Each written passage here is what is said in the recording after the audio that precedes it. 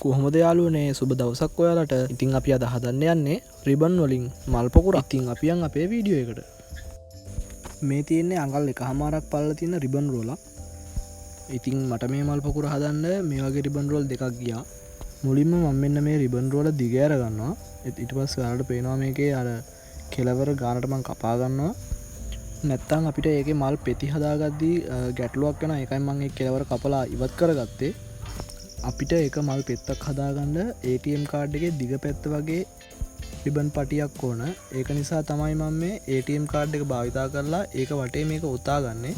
ගොඩක් ඔතා ගත්තාම ඒක කතුරෙන් කපද්දී අපිට කපන්න අමාරුයි. ඒක නිසා මම පොඩ්ඩක් ඔතාගෙන ඒක කතුරෙන් කපා ගන්නවා.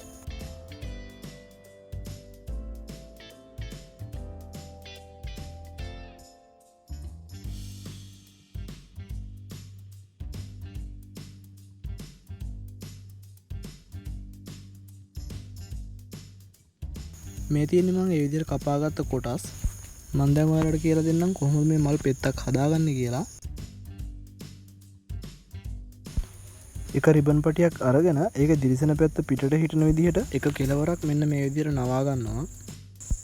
ඊට පස්සේ මම මෙන්න මේ විදිහට මේ කෙලවරවල දෙකම අල්ලලා මෙතනින් චුට්ටක් පුච්චලා ඒත් එක්ක මම මෙන්න මේ විදිහට තද කරලා මේක අලව ගන්නවා. මම අනිත් පැත්තත් ඒ විදිහටම පුච්චලා හදා ගන්නවා.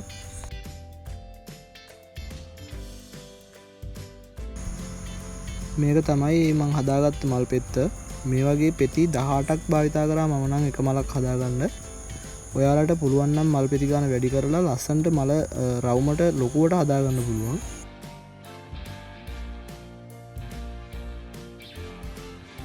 ඊට පස්සේ මං ග්ලූ ගන් එක භාවිතා කරලා මෙන්න මේ විදිහට ලස්සනට මේ මල් පෙති ටික පිළිවෙලට අලව ගන්නවා. අපි මතක තියාගන්න ඕන මේ මල් පෙති ටික ඔක්කොම එක පැත්තකට අලව ගන්න.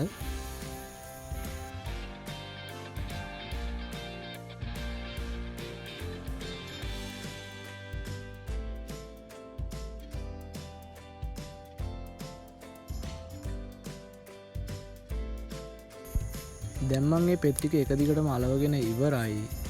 ඊට පස්සේ මම පෙතිවල යට කෙලවරෙන් පෙති 4ක විතර ග්ලූ ගන් ගා ගන්නවා. මං ඊට වඩා ගාගත්තේ නැත්තේ නැත්තම් ග්ලූ ගන් ටික වේලෙයි කියලා හිතලා. මම මේ උතන්නේ චූටිවට සුද්ධ කරගත්ත උණ කූරක. ඒ විදිහට දිගටම පෙති 4ක විතර ග්ලූ ගන් ගාලා ටිකෙන් ටික මල් පෙති ටික කරකවලා මම මෙන්න මේ විදිහට මලක් හදා ගන්නවා.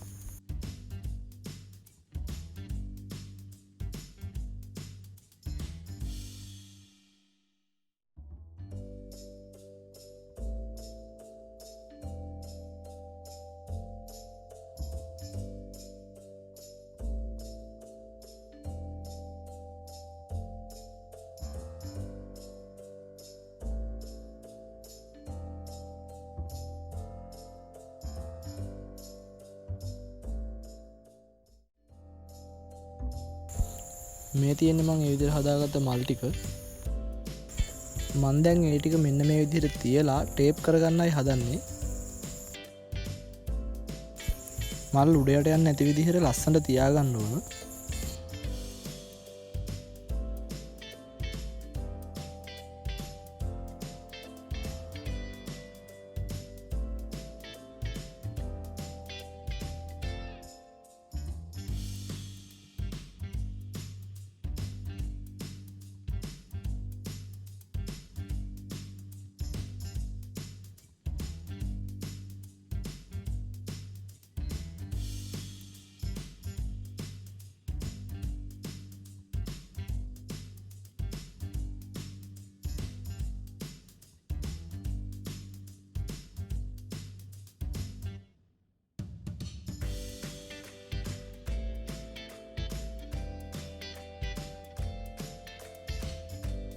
මේ තියෙන්නේ මං හදාගත්ත මල් පොකුර. දැන් අපි බලමු මේක වටේට කොහොමද ලස්සනට කොලාලවලා ලස්සන කරගන්නේ කියලා.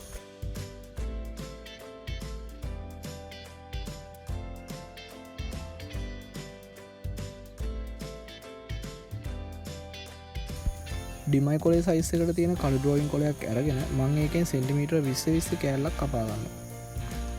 ඊට පස්සේ මම මෙන්න මේ විදිහට ඒක නවා ගන්නවා.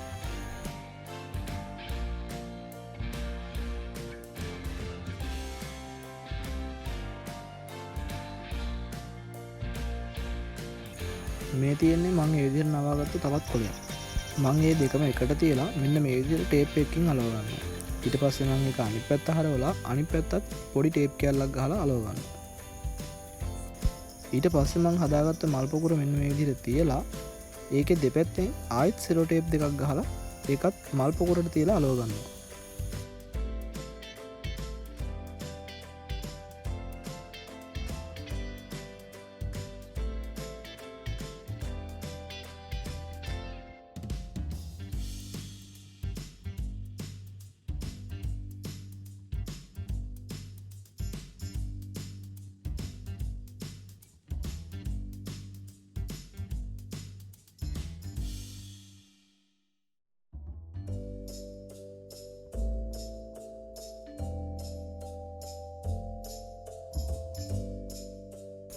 ඒටි කාලවගේ නිවර වෙලා මං අනිත් පැත්තත් ඒ විදිහටම කොලාලවලා ලස්සන්ට හදාගන්නවා.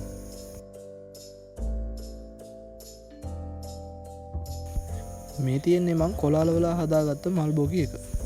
මේක තව ටිකක් ලස්සන කරගන්න ඕන හින්දා මං වෙන පාටකින් රිබන්යක් අරගෙන මල් බොකි එක තවත් ටිකක් ලස්සන කරගන්නවා.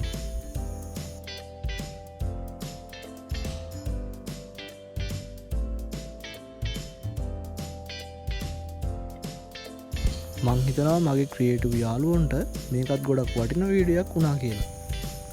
එහෙනම් යාළුවනේ අදට අපි ගිහින් එන්නම් තවත් මේ වගේ ලස්සන නිර්මාණාත්මක වීඩියෝ එකකින් ආයෙත් අපි හම්බෙමු. සබ්ස්ක්‍රයිබ් කරලා නැත්නම් සබ්ස්ක්‍රයිබ් කරලා එකතු වෙන්න මගේ channel එකත් එක්ක. ඊළඟට ගේන්න ඕන වීඩියෝ එකක් මොකද්ද කියලා පල්ලෙහෙන් කමෙන්ට් එකක් දාලා යන්න අමතක කරන්න එපා.